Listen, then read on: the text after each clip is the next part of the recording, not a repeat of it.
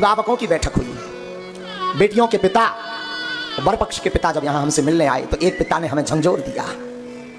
वो हमारे पास आया, एक कार्ड लाया इतना सा, उसमें बेटी के विवाह का आमंत्रण था। वो कार्ड हमने देखा तो वो कार्ड प्रेस वाले क्या करते हैं कि पहले से छाप करके रख लेते हैं हमेशा के लिए, नाम का कॉलम छोड़ देते हैं और डेट का कॉलम छोड़ देते हैं।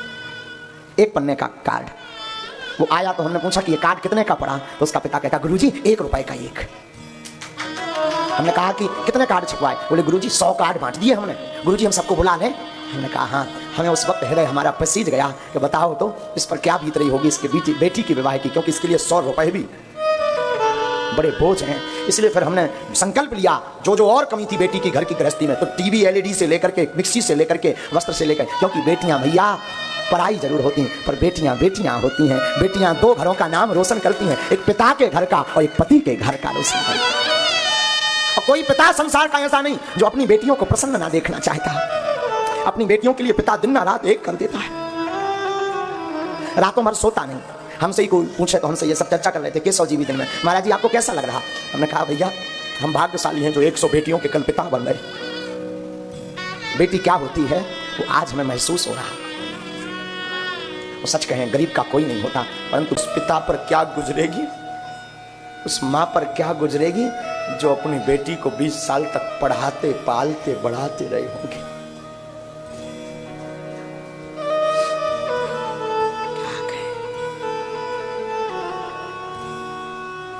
बेटियां तो बेटियां हैं,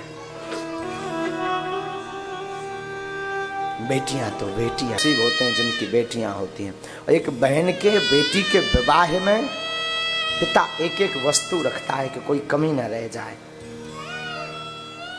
लोग हंसी ना कर जाए। मैं व्यासपीठ से निवेदन करूं, आप किसी की भी बेटी के घर में निमंत्रण में जाना तो सब कुछ करना, पर उसकी कभी बुराई मत करना।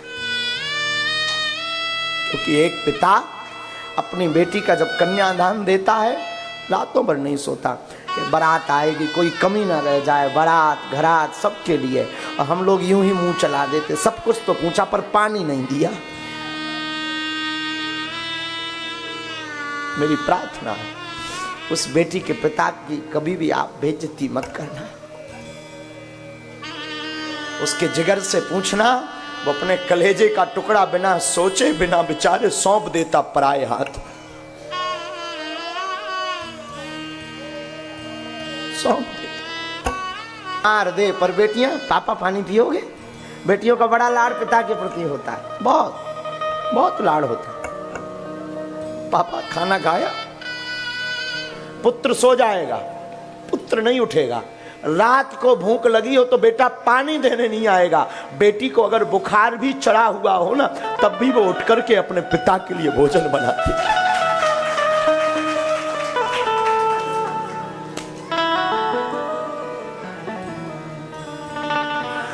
बेटियां बेटियां होती हैं साहब, बेटियों जैसा हृदय किसी का नहीं हो सकता, किसी का नहीं हो सकता। वो जाना भी नहीं चाहती अपने पिता को छोड़कर, अपने पिता को घर को छोड़ करके, पर करें भी क्या?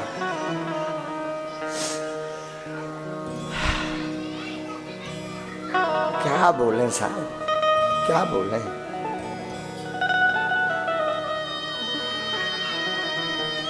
रातों भर जागती, रातों भर चिंता करती पूरे घर की। हम तो दरबार में बैठते हैं, बहुत सी ऐसी बेटियां हमारे पास आती हैं, कई हमारी बच्चियां हमारे पास, गुरुजी आपकी दया से सब कुछ है, बस हमारे पिताजी ठीक नहीं है। विवाह हो गया होता, विवाह के बाद भी उनके मन में चिंता अपने माता पिता की रहती। बेटियां साहब बेटियां होती हैं और उन पर तो बड़ी बुरी गुजरती है जिनके कुछ नहीं होता। उन पिता से पूछो कि वो अपने बेटी को क्या नहीं देना चाहता। सच कह रहा हूं, हो सकता किसी को ये बात कैसी लगे खबर नहीं, मुझे इसकी कोई परवाह नहीं, पर आज मैं सच कह रहा हूं व्यासपीठ से, मुझे लग रहा काश में आज धनवान होता ना तो सब कुछ लुटा देता इन 108 बेटियों।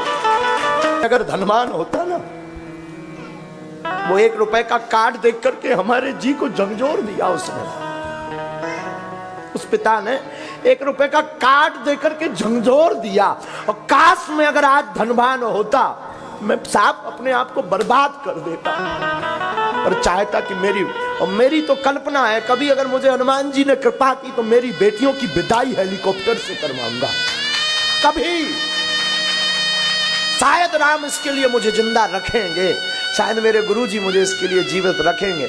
हम चाहेंगे ये हर वर्ष अब ये खत्म नहीं होने, ये बंद नहीं होने वाला आयोजन, ये हर शिवरात्रि को हम करेंगे, ताकि किसी पिता को उपहार और दहेज के कारण रोना ना पड़े,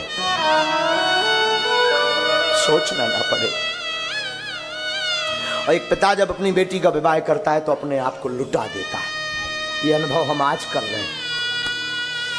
अब बोल भी नहीं हम पा रहे हम क्या अनुभव कर रहे हैं, सच बोल रहे हैं, हम बोल भी नहीं पा रहे कि हम क्या अनुभव कह रहे हैं। पर बेटियां तो बेटियां होती हैं, बेटियां पराया धन होती हैं साहब, बेटियां तो बेटियां होती हैं। और खुश नसीब होते हैं जिनकी बेटियां होती हैं, खुश नसीब होते वो जिनकी बेटियां होती हैं। तो कल 108 बेटियों का आयोजन है, देखते हैं राम जी की इच्छा, कल सुबह से शाम तक, सुबह सब बेटियां आ जाएंगी सब धज करके। बेटी भी आई थी, जिस बिटिया का कन्यादान हो रहा वो साथ आई थी। वो दरवाजे में एक कोने पर खड़ी थी, पिता हमें काट दे रहा था, वो पीले चावल, वो बेटी बेचारी सब फटा हुआ सूट पहने हुए थी दरवाजे पर, बार बार मुंह छिपा छिपा के रो रही थी कि हमारे पिता के पास कुछ नहीं। आज का जमाना बाहरे जमाना, बाहरे जमाना। कई पिता जिन बेटियों का विवाह करने के लिए रातों भर अपने आप का खून पसीना खो करके उनकी तैयारी करते हैं, पर ये कुछ दो कौड़ी के लोग अपने पुत्रों का सौदा करते हैं। हम उपहार दे रहे हैं, दहेज नहीं देते। बागेश्वर धाम से हम उपहार दे रहे हैं पर दहेज नहीं देते, ये ध्यान रखना। और हम तो चाहते हैं कि दहेज मुक्त हो भारत, ताकि किसी पिता को रोना ना पड़े। और हम तो चाहेंगे भारत दहेज मुक्त हो, ताकि किसी पिता को किसी सम्मेलन में या बागेश्वर धाम सम्मेलन में विवाह करने की जरूरत ना पड़े।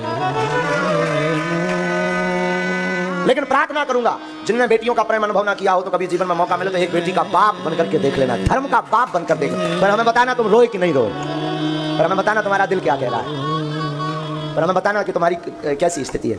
आप बोल नहीं पाओगे, कभी एक बेटी का बाप जरूर बनो। भगवान करे हर घर में बेटी हो, बेटी चहकती है, बेटी खेलती है, बेटी किलकारी करती है, बेटी लक्ष्मी भी है, बेटी भाग्यशाली भी होती है। जिस घर में बेटियां होती है वहाँ चहचहाहट होती है, उनका आनंद हरा भरा रहता है, घर में एकदम माहौल बदला हुआ रहता है। जिस घर से बेटियां विदा लेकर चली जाती हैं उस घर की ओर देख लेना, उस घर की चहचहाहट शून्य हो जाती। पूरा बदला है आश्रम, बागेश्वर धाम बदल गया, पूरा स्थान बदल गया, खुशबू अलग हो गई, चहचहाहट हो गई। कल ही आनी है बेटियों को लेकर, आज से चहचहाहट हो गई। मंडप में सब सजने लगा, सुहाग का सब सामान रख गया, पूरा डोम पंडाल, जगह जगह मंडप बन गए। ये देखो आश्रम की व्यवस्था अद्भुत लग गई, अद्भुत रौनक आ गई पूरे क्षेत्र में बागेश्वर धाम पर, क्योंकि यहाँ 108 बेटियों के बाप हम बनने जा रहे हैं।